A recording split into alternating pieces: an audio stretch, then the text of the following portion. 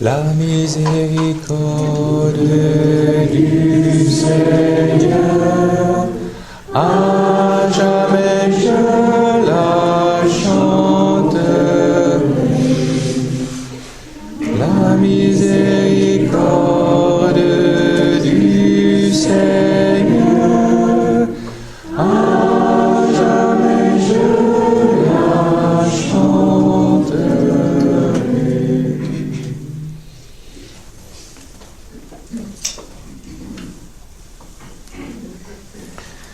Ce refrain-là, vous pouvez le dire, hein, parce que vous ferez que ça sans fatiguer là-haut.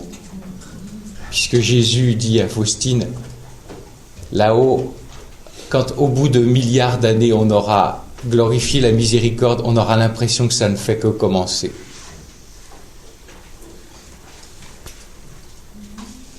Sœur Faustine a été déclarée sainte et sa doctrine a été reconnue d'une grande justesse théologique. Mais l'enseignement de son petit journal relève de ce qu'on appelle des révélations privées. Il ne saurait donc être question de fonder théologiquement les dogmes du purgatoire, de l'enfer et du ciel sur les révélations privées de Faustine. Mais si Jésus prend le soin, tout particulièrement à cette époque, par plusieurs mystiques, le soin de rappeler ces dogmes-là, c'est qu'il y a peut-être une raison, et vous supposez laquelle. C'est l'amnésie. C'est ce qu'a dit la Vierge à Akita, une église de la compromission. C'est un produit qui ne se vend pas bien pour le monde, donc on l'enlève, ou on l'édulcore, ou on le change.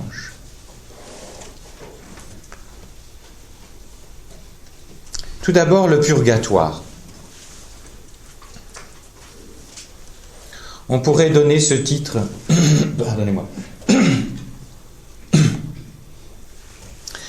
Purgatoire ou l'ultime miséricorde. Que peut-on faire pour les âmes du purgatoire? Que puis-je faire pour mon époux qui est défunt, pour mes enfants, pour ma femme, pour un père, une mère, je ne sais, un ami? La prière, tout d'abord. On me posait la question hier, et vous avez eu raison, mais c'est quoi le chapelet de la miséricorde? Eh bien, dans le chapelet, il y a aussi ce qu'on a appelé la neuvaine de la miséricorde. Mais vous trouverez ça dans tous les petits fascicules, et puis dans le livre, j'ai dû mettre ça en annexe.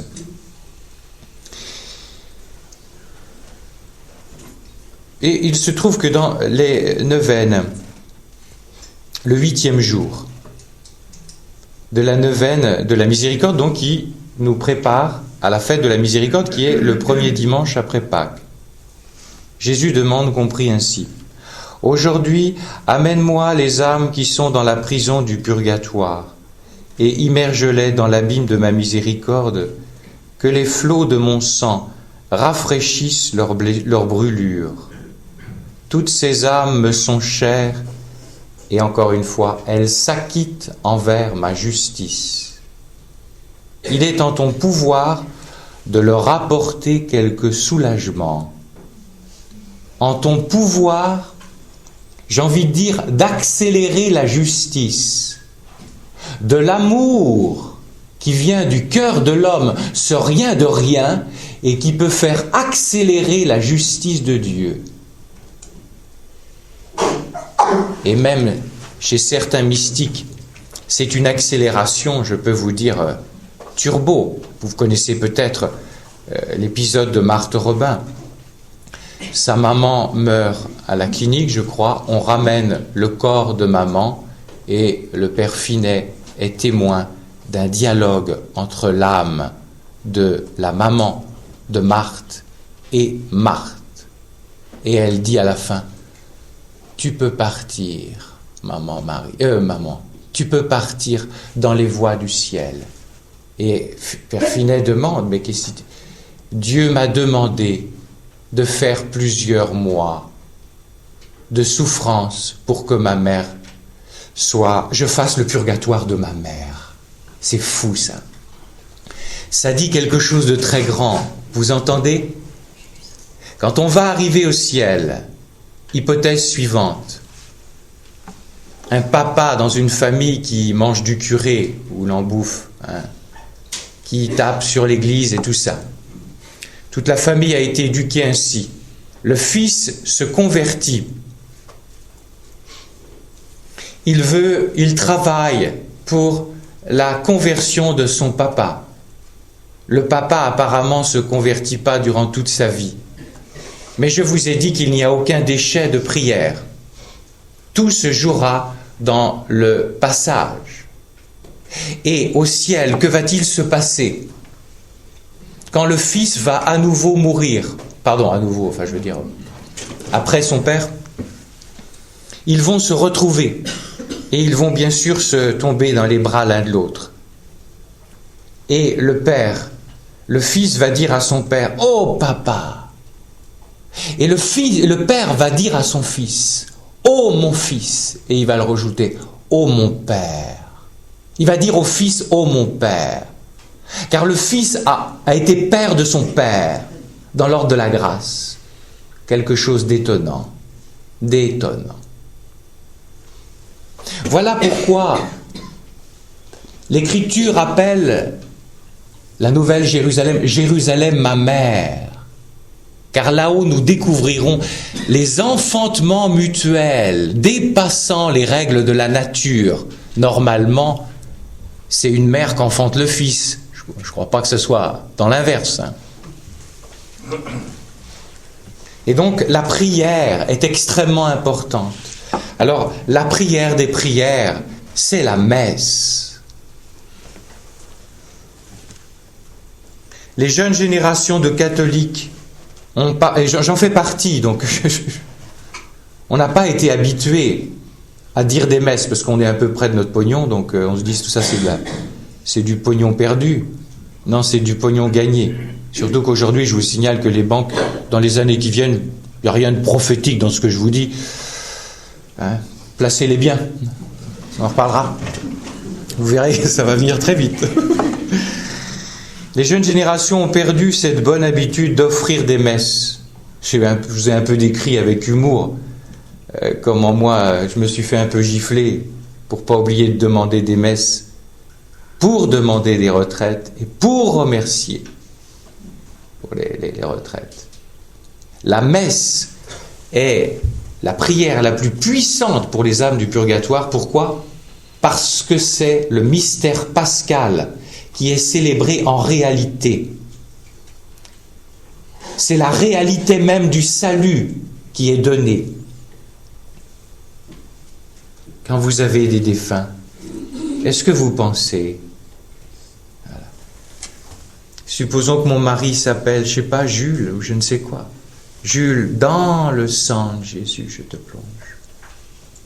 Les enfants, dans le sang de Jésus.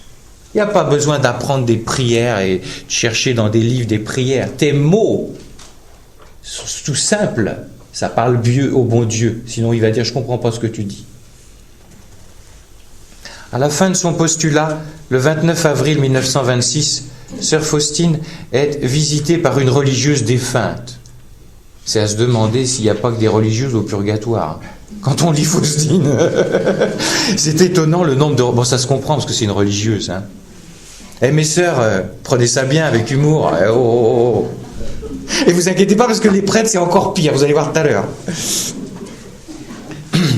Sœur une telle, heureusement elle donne pas le nom, vint me voir et me pria d'aller chez la mère maîtresse et de lui dire qu'elle demande à son confesseur, l'abbé Rosponde, de célébrer une messe à son intention. Et sœur Faustine tarde en se demandant si c'est un rêve ou une réalité, on la comprend. Et finalement, elle accomplit la démarche et elle dit, 21, petit journal, le calme envahit immédiatement mon âme et 3 jours après, cette sœur défunte vint me dire que Dieu vous le rende.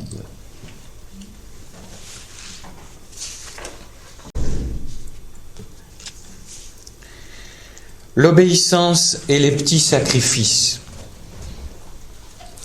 Ça va nous permettre de rafraîchir notre enseignement sur l'union de volonté. Vous rappelez le 3e enseignement de se laisser consoler, qui est pour moi central de la vie spirituelle.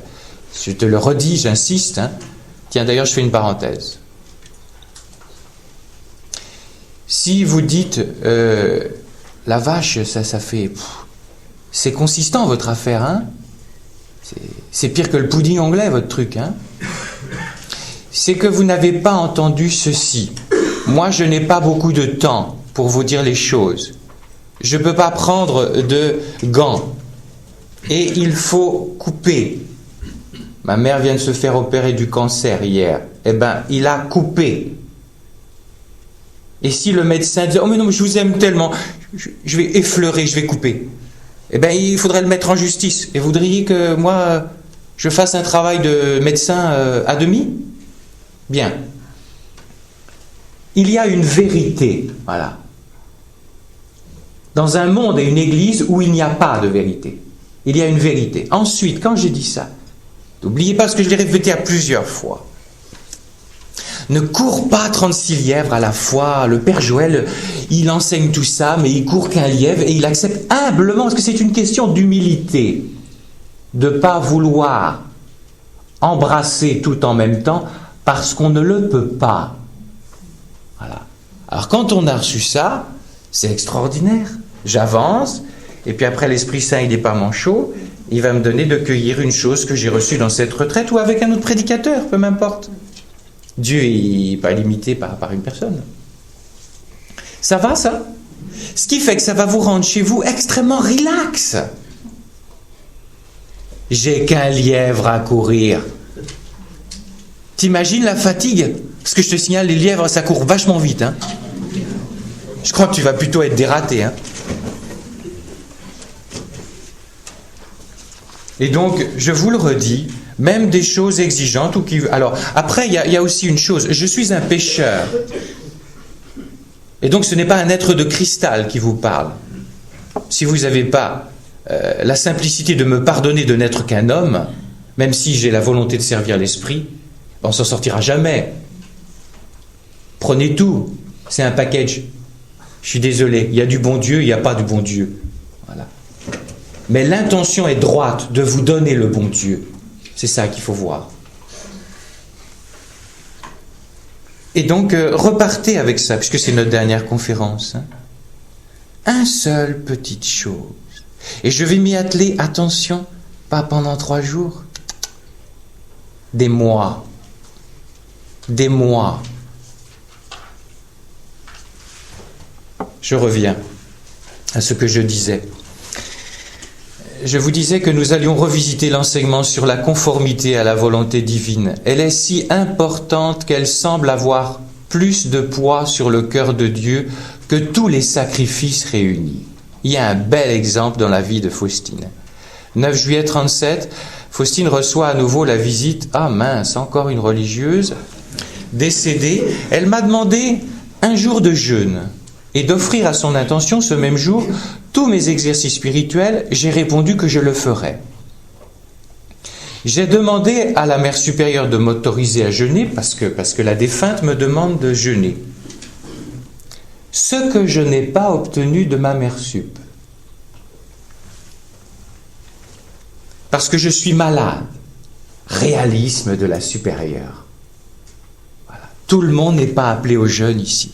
Voilà. Et il y a des très malades qui pourront jamais jeûner, et ça plaît au bon Dieu, parce qu'il faut qu'ils aiment les limites de leur humanité.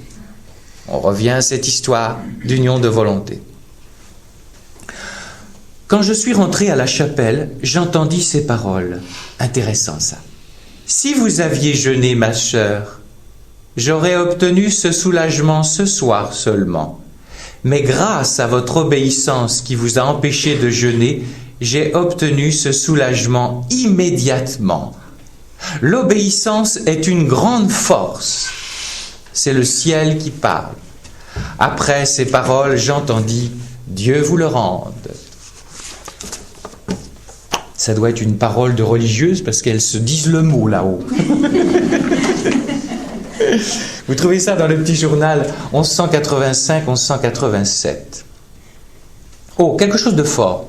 Il faut persévérer dans l'intercession pour les âmes du purgatoire. Vous allez voir, c'est assez étonnant cet épisode. Oh, encore une religieuse. Oh là là. Vous avez de la chance, les laïcs, il n'y a pas de purgatoire pour vous. Il y a une religieuse qui est morte depuis 2 mois et elle vint voir Faustine. Elle se présente dans un état effrayant, tout en flammes, le visage douloureusement tordu. Faustine intensifie ses prières à son intention et la religieuse défunte revint la nuit suivante dans un état encore plus effrayant. Les prières semblent être totalement inutiles. Malgré cela, la sainte ne cesse pas ses prières. Et voici qu'au bout d'un certain temps, la sœur décédée se manifeste de nouveau. Et Faustine raconte. 58. Elle n'était plus environnée de flammes comme auparavant. Son visage rayonnait, ses yeux brillaient de joie et elle me dit que j'avais un véritable amour du prochain, que beaucoup d'autres âmes avaient profité de mes prières et elle m'encouragea à persévérer dans mes prières pour les âmes du purgatoire et me dit qu'elle ne resterait pas longtemps au purgatoire.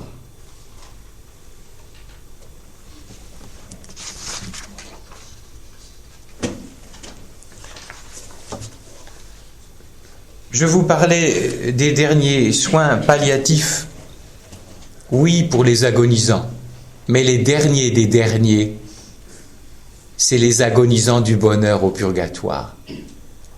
Ils ont un désir. Et plus, je vous le disais, mais c'est tellement bon de entendre ça, plus la rouille, pour reprendre les termes de Catherine de Gênes, qui a écrit un traité sur le purgatoire, je vous signale, et qui est reconnu. Bon, eh bien, plus la rouille tombe, plus leur bonheur croît. Vous comprenez donc? On récapitule les histoires de justice.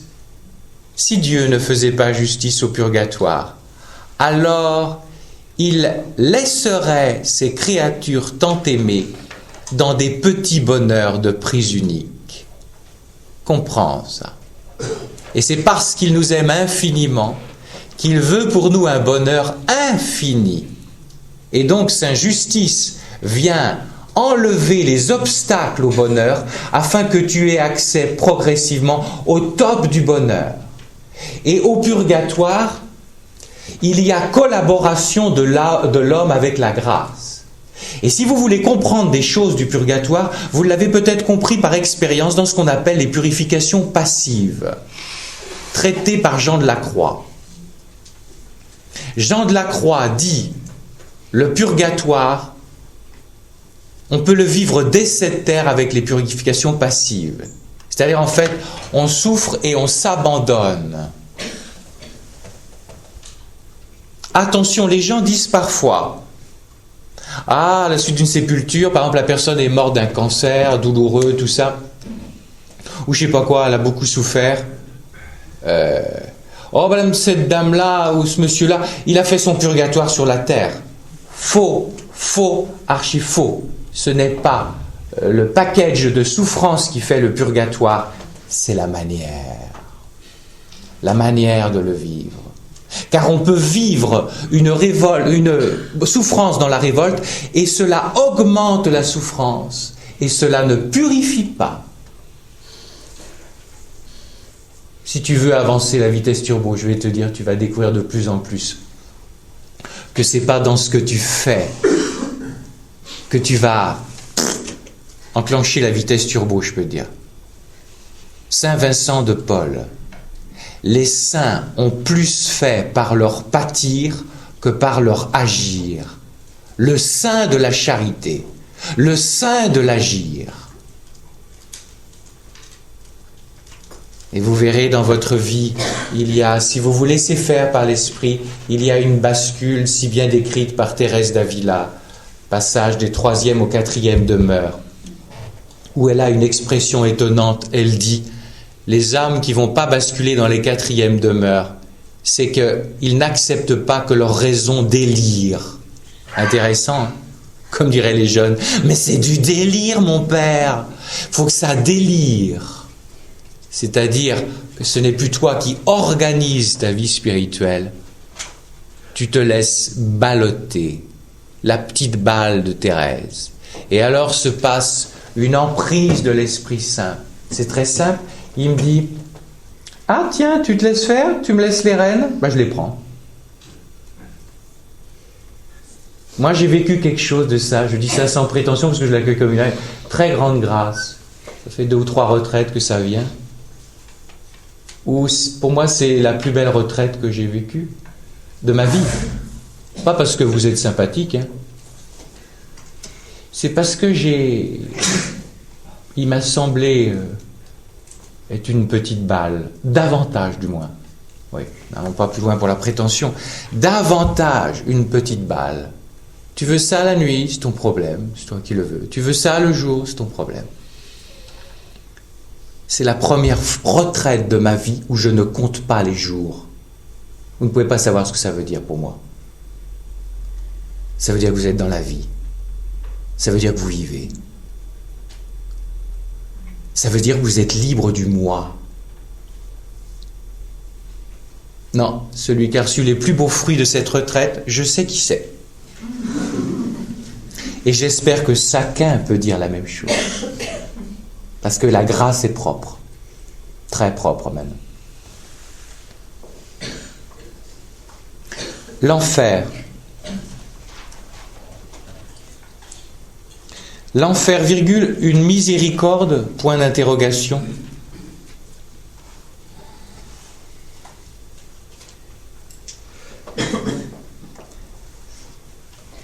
Je reviens à ce que je disais. Quand vous êtes petite balle après, comprenez que ce n'est pas simplement pour votre confort personnel. C'est que comme vous êtes petite balle, il y a moins d'obstacles, moins de résistance. Et donc, il visite les âmes à qui vous donnez la parole. Voilà. C'est 2 pour le prix d'un. Toi et l'autre. Parenthèse. L'enfer, j'ai cité cette parole du Père de Maintière, un droit de l'homme. S'il y a bien un point de la foi catholique qui est aujourd'hui chahuté, c'est bien celui de l'enfer, et ceci au nom même de l'infinie miséricorde de Dieu. Je me souviendrai toujours dans ma paroisse, dans une des paroisses, comme ça vous ne saurez pas où c'est, de cette religieuse. Je faisais des soirées d'enseignement et d'adoration, de louanges, une fois par semaine, et on faisait un enseignement sur les fins dernières. Une religieuse très très priante. Et on commence les affaires, et bien sûr, elle envoie la tarte à la crème habituelle. Mais enfin, mon père, vous allez enseigner qu'il y a un enfer. Quand je pense que des religieuses ne croient plus à l'enfer. Et vous voulez qu'il y ait des vocations religieuses dans ces communautés-là? Non, mais les filles, oh. Il faut que ça ferme, ces communautés-là. Vous m'entendez? Il faut que ça ferme.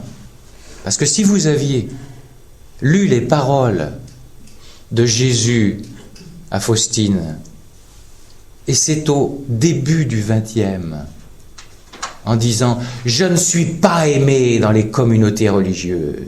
Il faut entendre ça. Non pas pour se culpabiliser, non pas pour accuser, mais pour se convertir. Et vous comprenez, quand la doctrine n'est pas en place, quand on a été intoxiqué, la vie spirituelle suit. Ce qui est beau, c'est qu'à la fin, on s'entendait bien avec cette sœur. C'est sûr que si elle avait continué avec ces trucs, je ne serais pas bien entendu avec elle. Non, vous voyez dans quel sens? Ça aurait bloqué, quoi. Qu'est-ce que vous voulez? Mais moi, je peux pas ne pas dire la vérité, quoi. Et ce qui est beau, c'est que on est resté d'ailleurs toujours très liés. Et elle dit, oui, je comprends maintenant. Au nom de la liberté, au nom de l'amour de Dieu, je disais qu'il ne pouvait pas y avoir d'enfer. Et je vois que c'est l'inverse. C'est parce que Dieu est amour qu'il y a un enfer. enfer qu'il n'a pas créé. C'est Satan et ses anges déchus. Mais parce que Dieu est amour, rappelez-vous ce que j'ai dit, le premier mot de l'amour, je t'aime, tu es totalement libre de m'aimer en retour. C'est en ce sens que l'enfer est un droit de l'homme. Rappelez-vous, le directeur de Beaubourg, s'il ne crâne pas, s'il est dans ses dispositions, de quel droit je le ferai entrer au ciel s'il ne le veut pas? Voilà la question qui est derrière. C'est en ce sens que la mentalité actuelle, qui est imbue de liberté absolue, se contredit complètement quand elle refuse l'enfer. Parce que derrière, c'est la question de l'amour de Dieu et de l'infini respect de ta liberté. Et ne crois pas que ça le réjouit, tu vas voir les paroles. Tiens, par exemple, la perte de chaque âme me plonge en une mortelle tristesse, dit Jésus. Ça ne l'amuse pas. C'est pas Papy Fouettard qui se réjouit de... une mortelle tristesse pour Jésus. Comprenez pourquoi chez les mystiques, qui eux sont dans le réel, il leur dit, viens, viens. Chez Josépha, c'est fort. Viens, on va sauver des âmes ensemble.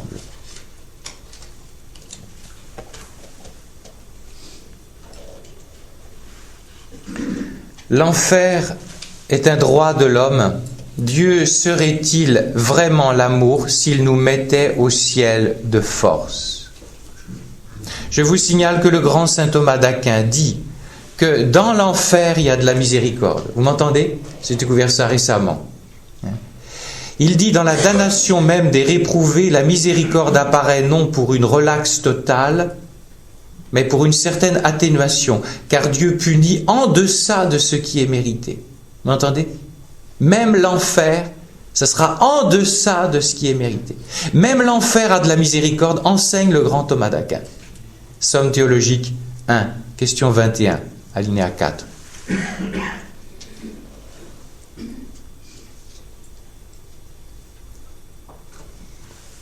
Et voilà comment Dieu, Jésus-Christ, le Dieu d'amour, s'exprime dans sa vision de l'enfer, qu'on lui a imposé. Qu'on lui a imposé. Je n'applique le châtiment que lorsqu'ils m'y forcent eux-mêmes. Ma main ne prend pas volontiers le glaive de la justice. Il ne le veut pas. C'est nous qui le forçons. Et Faustine de conclure. Oh, que la miséricorde divine est insondable, mais horreur! Il y a aussi des âmes qui volontairement et consciemment rejettent cette grâce et la dédaignent. Il y a chez les âmes un tel endurcissement qu'elles choisissent consciemment l'enfer. Elles font échouer toutes les prières que d'autres âmes dirigent vers Dieu à leur intention et même les efforts de Dieu. Ça vous donne du vertige? À moi aussi. Imaginez qu'un être voit l'amour. Et vous avez entendu ce que Dieu fait au jugement particulier. Il va chercher des surdoses de miséricorde. Vertige que l'homme puisse mépriser tout cela. Je donne juste une chose, pardonnez-moi si je l'ai déjà montré à quelques-uns dans d'autres retraites. En gros, les gens imaginent que l'enfer, ce sera comme Indiana Jones et la quête du Saint Graal, quoi. Il y a un petit passage, et puis c'est le vide complet avec... Il n'y a pas de fond. Et les gens se disent, voilà, c'est la fin de ma vie, à droite c'est le ciel, et à gauche c'est l'enfer. C'est normal. Bien. Et alors... Bon, ça peut être l'inverse. Là. C'est selon les positions. Peu importe, c'était pour vous faire réagir, voir si vous dormiez, mais je vois que vous ne dormez pas trop. Alors, les gens se disent, là-bas, ça va être Jésus. Oh là, ça, voilà, ça penche à droite. Mince, je suis tombé là. Je ne l'avais pas saisi. Je ne l'avais pas voulu. Non. Je vais te dire comment c'est l'enfer. Supposons qu'il y ait la porte de l'enfer ici. Jésus, le jugement particulier, il est là-bas. Et je t'ai dit que la miséricorde court plus vite que toi. Et donc ton péché, il va vite, la miséricorde, elle aura atteint la porte. Voilà comment il fera. Il reprendra la même position. Faudra que tu passes sur Jésus pour aller en enfer. T'entends? Mais tu as la capacité de le faire.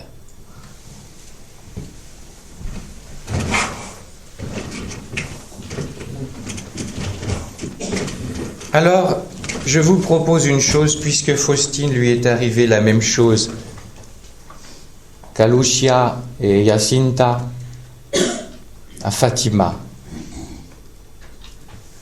C'est quand même pas pour rien que la très sainte Vierge, la très douce, a emmené 3 petits-enfants de 10 ans, 11 ans, je sais trop rien. Et nous, dans les paroisses, on ne peut même plus parler de l'au-delà aux enfants, car soi-disant on les traumatise. Mon père, ne leur parlez pas d'histoire de revenants. Un curé de Nantes me rapportait ça. Et je peux vous dire, c'est pas du genre tradi le gars. Hein. Et il ne parlait que du ressuscité, pas de l'au-delà. Des parents sont venus le trouver. Mon père, soyez sympa, enfin, soyez humain. Ne leur parlez pas de revenants. Voilà. C'est pas très étonnant. Hein. C'est la situation. Alors si vous osez actuellement parler en catéchèse de l'enfer, du purgatoire, il y a actuellement une mentalité tellement procédurière. Je connais des catéchistes qui se sont fait virer de leur institution. J'ai rencontré par hasard dans une librairie un professeur. Voilà. Je ne sais pas s'il est viré. Viré, attendez. Et le gars, philosophiquement, il n'est pas... La cafetière, ça va bien. Hein. Il a essayé de parler du discours de Ratisbonne de Benoît XVI. C'est remonté jusqu'au rectorat et l'école catholique. Je vous ai dit la réduction actuelle aux valeurs. Ne parlez pas du côté tranchant du dogme. Il n'y en a pas. Toutes les vérités se valent. Soyez attentifs à ça. Benoît XVI le dit, la Vierge le dit à Amsterdam. Votre foi va être diluée, vous ne vous en apercevrez même pas.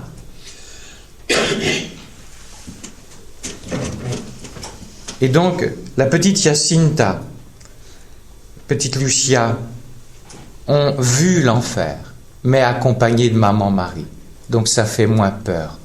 Mais pourtant, elle n'arrête pas de dire, toutes ces mystiques, si Jésus n'avait pas été là, si Marie n'avait pas été là, on serait morte de peur et d'angoisse.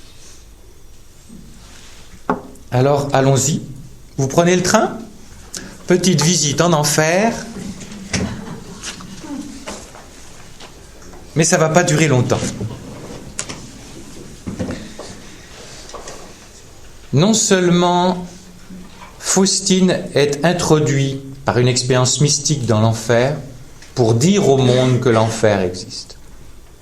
À ce monde et à cette église qui est devenue amnésique des points de la foi.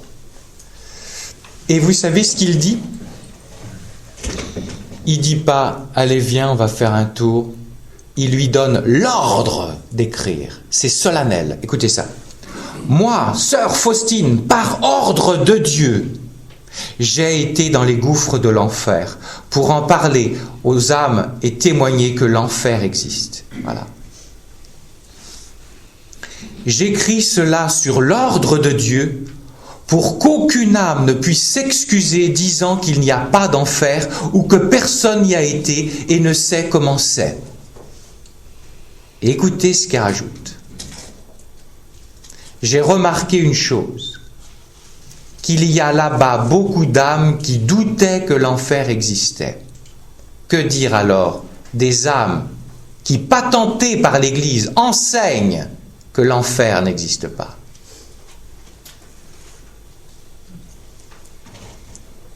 Parce que plus on a des responsabilités patentées par l'Église, plus il nous sera demandé. Alors on y va. Dans la confiance, mais aussi en vérité, osons ce petit voyage en enfer. Je le redis, les âmes facilement inquiètes parmi vous, mettez vos boules dièse. D'accord ? Vous allez voir sans entendre. Et vous n'allez même pas voir parce que vous n'allez pas entendre. Ben parce que ce n'est pas pour vous. Vous avez besoin de la confiance. Et puis quand la confiance dans le salut aura lieu, vous serez plus apte à entendre d'autres paroles. Le Père Joël, tenez-vous, quand il s'est converti ici, quand il a vécu une effusion de l'Esprit Saint sans savoir ce que c'était à l'époque, tout de suite j'ai été touché par Marthe. Eh bien, j'ai accepté humblement de ne pas pouvoir tout lire des chapitres de Marthe. Parce qu'il y a des chapitres qui me traumatisaient, et entre autres, l'enfer, le diable et tous ces matchs. Ça me faisait peur. Et j'ai accepté de sauter les chapitres. Je vous demande la même humilité. Plutôt que de dire, mais il nous traumatise ce mec-là. Non, je ne vous traumatise pas. Je vous donne une nourriture, tu la mets au congélateur et puis tu reprendras quand tu pourras. Voilà. Mais il faut être humble.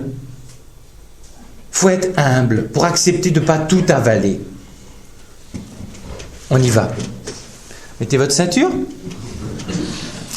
Aujourd'hui, j'ai été dans les gouffres de l'enfer. Genre de supplice que j'ai vu. Le premier supplice qui fait l'enfer, c'est la perte de Dieu. C'est terrible. Ils l'ont choisi et c'est leur souffrance atroce. Et ils l'ont choisi. C'est impensable ce truc-là. Ils choisissent leur malheur, cela fait leur bonheur, et c'est un bonheur en forme de malheur, puissance. Tu comprends ça? Je ne sais pas, moi. Le deuxième supplice, les perpétuels remords. Le troisième, alors là, ouais, ça me donne du vertige. Le sort des damnés ne changera jamais. T'entends? Ça te fait rien? Jamais. Je comprends que ça te donne des tremblements. Le quatrième, c'est le feu qui va pénétrer l'âme sans la détruire. Oh, ça m'amuse parce que... Vous connaissez Mariam de Jésus crucifié? Il y a des mauvais courants d'air? Non? Ça va?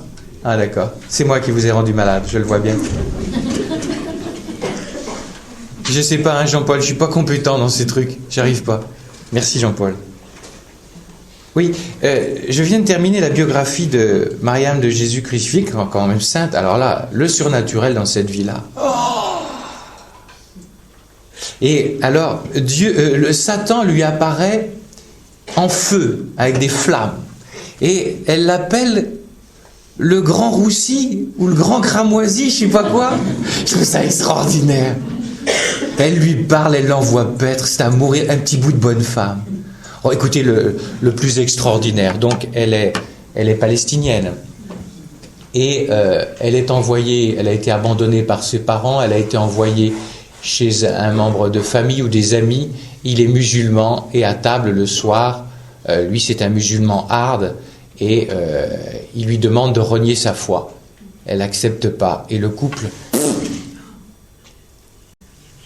elle est morte et elle est accueillie, dit-elle, dans une caverne par une infirmière qui l'a soignée pendant 1 an, pendant 1 mois, et qui lui a recousu le cou, qui s'est occupé d'elle, et elle découvre que c'est la Vierge. Je vous signale qu'elle est sainte. Si c'était Barjot, ça ne serait pas. Quoi. Moi, ce qui m'impressionne, je vais vous dire, ce qui m'impressionne, c'est les saints de ce temps. Il y a une flopée de surnaturel. D'abord, en plus, les souffrances qu'il leur donne. Regardez une Marthe. Regardez un Padre Pio. C'est en fonction, justement, des temps. Et puis le surnaturel pour faire péter les choses en disant « Arrêtez les filles, les gars. Je suis Dieu, nom de... » disait quelqu'un. Hein, Clavel. On revient. C'était une petite pause.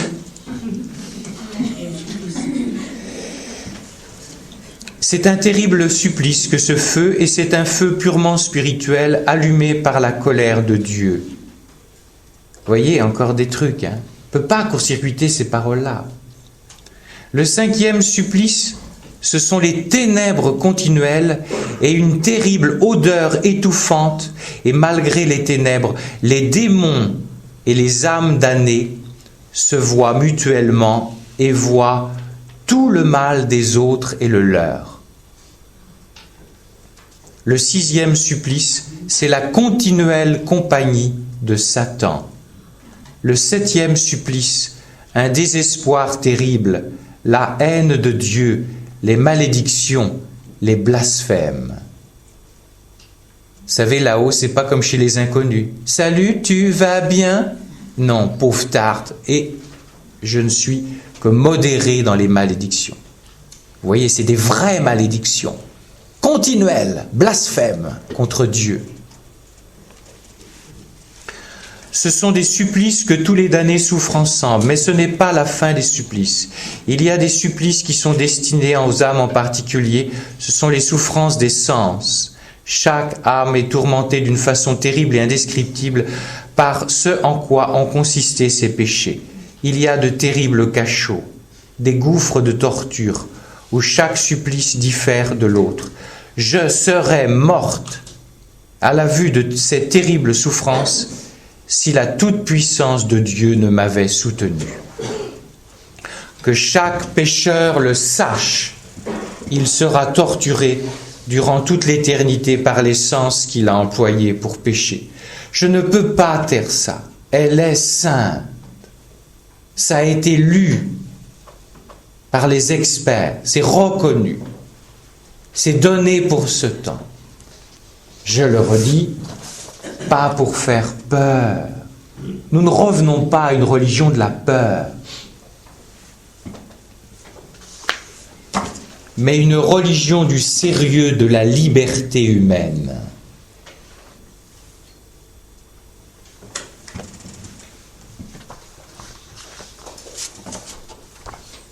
Ouf, on va au ciel ? Le ciel, louange éternelle de la miséricorde. Il y a quelque chose d'étonnant apparemment dans le petit journal. C'est quoi ? Je n'ai pas eu le temps de le lire. Mais il y a aussi une visite du purgatoire. Parenthèse d'ailleurs, il semblerait que Marie descend tous les samedis dans le purgatoire. Étonnant, faut être un peu enfant pour croire des trucs comme ça, hein. Aujourd'hui, maman Marie va visiter tes défunts qui sont éventuellement au purgatoire. Et Faustine dit, oh, qu'il l'aime, il l'appelle l'étoile de la mer, et elle les soulage. Qu'est-ce qu'elle leur dit ? Elle leur dit comme une maman dont le petit est à l'hôpital, il a la perf, il va bientôt sortir de l'hôpital, et toutes les nuits, bien sûr, maman est obligée de retourner à la maison. Et maman Marie vient et dit, patience mon petit, c'est bientôt que tu vas sortir. Et le petit enfant, eh bien, ça lui donne une énorme patience. Et il va en ressortir guéri, il va retrouver maman. C'est ça. Alors, je redis donc, je reprécise qu'il y a quelque chose d'étonnant, c'est que Faustine a fait une certaine expérience, hein, c'est pas une NDE. C'est un don de Dieu difficilement analysable que ces visites au purgatoire et en enfer. Et ce qui est donc étonnant, c'est qu'on ne trouve pas de traces dans le petit journal d'expérience de visite guidée du ciel. Est-ce que pour Dieu, l'enfer et le purgatoire seraient plus importants que le ciel ? Si vous êtes attentif dans la lecture du petit journal, vous allez comprendre que il n'y a pas eu de visite du ciel, mais les expériences d'emprise de l'esprit que Faustine a fait sont déjà le ciel. Et elle le dit. Du moins, Jésus lui dit, « Sache, ma fille, que ce que d'autres âmes atteindront dans l'éternité, tu le goûtes déjà maintenant. » Autrement dit, Faustine, quand elle a vécu les emprises de l'esprit, Elle n'a pas eu de visite du ciel, elle a eu expérience du ciel. Et je vous le dis, les emprises de l'esprit qui ne sont pas le mode habituel de Dieu. Le mode habituel de Dieu, de l'esprit, c'est d'avancer dans la foi. Les gens qui ont des trucs mystiques tous les jours, je n'y crois pas. Sauf s'il y a le paiement. Sont-ils dans la croix? Du genre, je reçois des paroles et des locutions tous les jours. Je vous signale que dans les retraites, on en reçoit régulièrement et qu'il faut discerner. Que c'est pas là que vous êtes le plus aimé. Je peux vous dire. Et donc, s'il n'y a pas la croix, voilà, il y a des chances que ce ne soit pas de Dieu. Ça peut venir, comme dit Thérèse d'Avila, d'une projection de leur idée, de l'orgueil aussi. Parce que on est persuadé à nos propres yeux que si on a des locutions, c'est qu'on est un type VIP pour Dieu. Et si vous avez bien compris, je ne suis pas trop gêné avec le surnaturel. Tiens, je vais vous donner un exemple. Je vais prêcher un jour dans un endroit. Et donc c'était loin d'ici, non, c'était pas ici. Et donc je reçois un couple très simple intellectuellement. Et la dame vient voir avec son mari et me dit, écoutez, j'ai des locutions et il me demande de les écrire. Alors, il faut beaucoup écouter avec ses deux oreilles. Esprit Saint, dis-moi, fais-moi sentir. Voilà. Et première entrevue, ça sent de Dieu. Elle écrit des choses assez étonnantes. Vous voyez, en rapport avec le niveau intellectuel. Quand je dis ça, que ce soit clair, c'est pas un jugement, la pauvre. Non, c'est beau ce qu'elle dit, ça sonne juste. Bon. Voilà. Deuxième entretien, je prie sur la personne et j'invite quelqu'un qui est plus puissant que moi. Et on sent rien. Ils sont humbles, grand critère. Ils sont dans l'obéissance, deuxième grand critère, dépossédés de leurs dons. Okay. Bien. Et on demande humblement, Jésus montre, on n'a qu'une semaine pour ça. Et à la fin de la semaine, deux phénomènes. Tout d'un coup, repas au réfectoire, et la personne en question se met à pleurer, comme ça, devant tout le monde. Ça, je sens pas ça. Les vrais saints cherchent à se cacher. Ils ne se montrent pas. Ils ont envie de rentrer dans un trou de souris quand on les met en avant. Deuxième chose. Alors ça, c'est au niveau du sentir. C'était la dernière messe. Je donne le corps du Christ. Je n'ai pas trop l'habitude de regarder les gens pour qu'ils regardent Jésus. Et quand vous donnez la communion sur la bouche, vous êtes bien obligé de regarder où vous posez l'hostie délicatement. Et la personne regarde pas l'hostie et me regarde fixement dans les yeux et je sens une gêne. Ah, j'ai dit non, c'est pas de Dieu. Quelque chose qui n'était pas pur. Pas forcément sexuellement impur, mais pas pur. Trop. Et il faut du temps. Et moi, je sais pas, j'apprends ça. Ça veut dire que je suis en apprentissage. Il n'y a pas de diplôme pour ça. Vous restez toujours dans une grande pauvreté dans le discernement. Et il ne vous dit pas toujours les raisons. Vous voyez, par exemple, moi j'ai connu un prêtre qui vit dans l'Esprit Saint, mais d'une manière très forte. Et un soir, je mange avec lui et il me dit une parole. J'étais encore curé. Il dit comme ça, il n'a pas reçu de guili-guili. Joël, ça va aller très vite pour toi. Et il voulait dire, pas dans l'ordre de la sainteté, mais dans l'ordre des retraites qui vont tomber comme ça, le calendrier qui se fait. Bon, parce que c'est le bon Dieu qui est derrière. Et il me dit, Et au début, je savais pas trop. Enfin, je veux dire, je connaissais pas la vie dans l'esprit. Je sais pas si je connais maintenant, mais on accepte d'obéir, donc on comprend un petit peu des choses petit à petit. Et il me dit, tu sauras où tu dois aller et où tu dois pas aller. Ben moi, comme un niais, je lui repose la question. Ben Rémi, mais comment je vais savoir?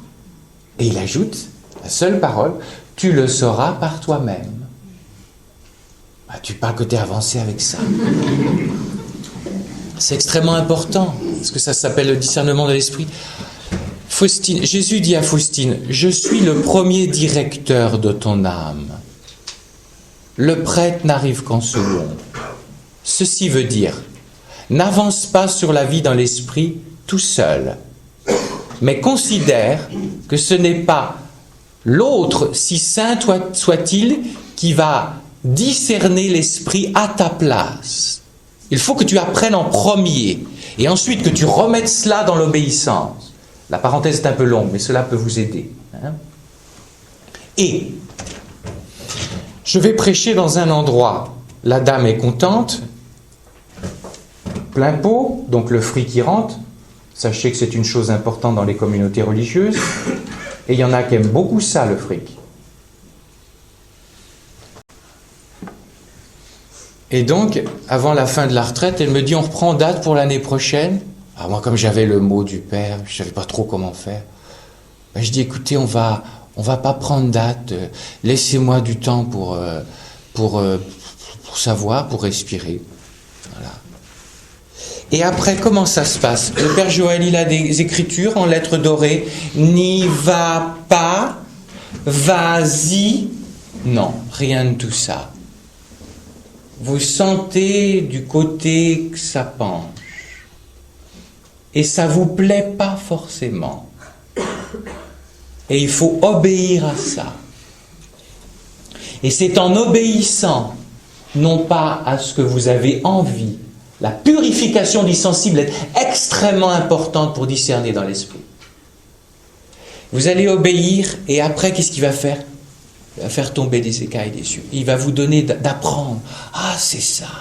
Puis vous allez sentir le sentir de l'esprit. Car le sentir de l'esprit est un sentir de l'âme. C'est pas ça. Vous sentez et vous devez faire ça.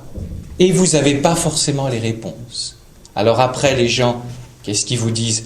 On n'est pas assez bien pour qu'ils viennent chez nous. Donc vous comprenez, c'est ennui sur toute la ligne. C'est-à-dire que vous n'allez pas être aimé, déconsidéré. Il faut l'accepter. Le père Rémi, alors ce n'est pas le cas de tout le monde, il y a des gens qui vivent dans l'esprit et qui le comprennent. Le père Rémi m'a dit, l'Esprit Saint te dira d'aller là où il y a 3 personnes et de refuser là où il y en a 300. Un jour, j'ai une dame qui me téléphone d'un pays bien bien loin d'ici, des milliers de kilomètres. Et elle me dit, à propos de ne pas y aller quand il y a du monde, elle me dit, écoutez, vous accepteriez de venir prêcher? Ça vous gêne pas trop s'il y a un peu de monde? Bon, je lui dis non, enfin, je réalisais pas. Et puis alors, est-ce là, s'il y a 15 000 personnes, effectivement, il paraît qu'il y a 15 000 personnes à leur rassemblement. Et voilà, j'ai prié. Non, il ne veut pas. Et je peux vous dire que c'est pourtant très intéressant. Le fric que je gagne, sauf les frais de déplacement, ça ne me revient pas. Il faut que vous le sachiez quand même. Hein, parce qu'autrement, vous allez vous dire, mais attends, mais il s'en va au Baléares tous les ans. Je le remets. Moi, je ne travaille pas à mon compte, je travaille au niveau du diocèse. Donc, je reverse tous les ans ce fric, ce qui vous rend très libre. Quand vous allez dans ce pays-là, je peux vous dire, au niveau fric, ça tombe très fort. Il y a tout pour un... Donc, si tu vis selon le monde et l'entreprise, excusez-moi de dire des choses un peu crues comme ça, oui, mais vous voyez ce que je veux dire. Obéir au Saint-Esprit n'est pas les logiques du monde. Et puis, il faut savoir aussi une chose, c'est qu'indépendamment qu'il ne faut pas y aller, c'est qu'un autre va faire mieux que vous, correspondra aux attentes de l'Esprit. On m'a demandé, ça aurait été gratifiant, dans un truc où il y avait plein de jeunes et qui ont faim. C'est gratifiant dans un endroit. Et des centaines en plus. Et voilà. Ça a penché plutôt que non, et j'ai répondu au père, je crois que si j'y vais, ça va desservir ce que vous voulez, ça va pas. Voilà. Une petite parenthèse importante sur la vie dans l'esprit. En gros, je vais vous dire, ce que nous ne voulons pas entendre, c'est apprendre à obéir. Et surtout ce qui est dit dans l'Écriture, apprendre à obéir à Dieu plutôt qu'aux hommes. Ça veut dire que tu vas accepter d'être impopulaire. Pas facile, ça. Parce qu'on aime bien être aimé des gens et qui vous disent « Merci, vous êtes un type formidable ». Et des fois, on vous dit l'inverse. Alors, on vous dit l'inverse aussi parfois parce que objectivement, vous avez tort, vous avez mal agi, mal parlé. Ok. C'est une parenthèse non négligeable pour le retour de la vie dans la vie.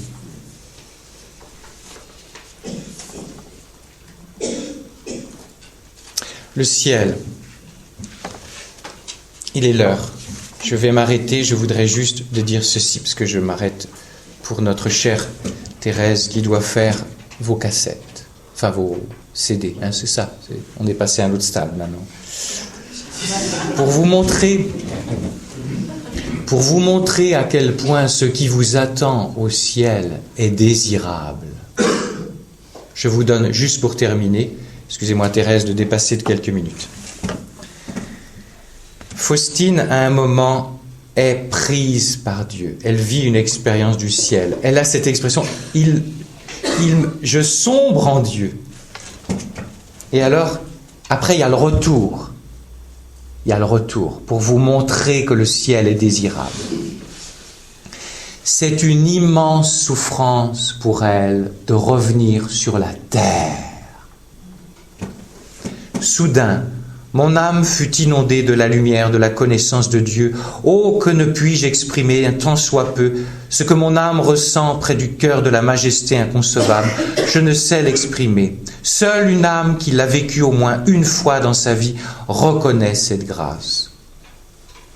Quand je suis rentré dans ma chambre, il me semblait que de la vraie vie, je revenais à la mort. Quand je suis rentré dans ma chambre, quand le médecin est venu me prendre le pouls, elle était malade à cette époque-là, il s'est étonné. Que vous est-il arrivé, ma sœur? Vous n'avez jamais eu un pouls semblable. Je voudrais savoir ce qui a provoqué une telle accélération de la pulsation. Que pouvais-je répondre au médecin? Alors que je ne savais pas moi-même que j'avais un pouls si rapide, je sais seulement que j'agonise de nostalgie du bon Dieu. Que cette parole sur laquelle nous allons terminer vous fasse désirer le ciel.